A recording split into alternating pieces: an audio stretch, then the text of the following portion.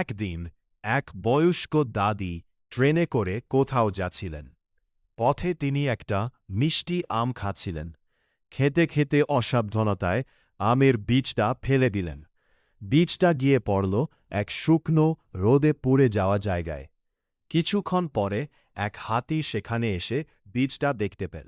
সে ভাবল, এটা যদি গাছ হয় তাহলে ভালো ফল দেবে। তাই হাতি প্রতিদিন সেখানে পানি দিতে লাগল।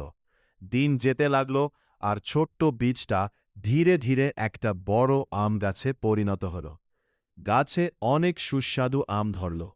হাতি খুব খুশি হল এবং মজা করে আম খেতে লাগল। একদিন হাতি সেখানে ছিল না।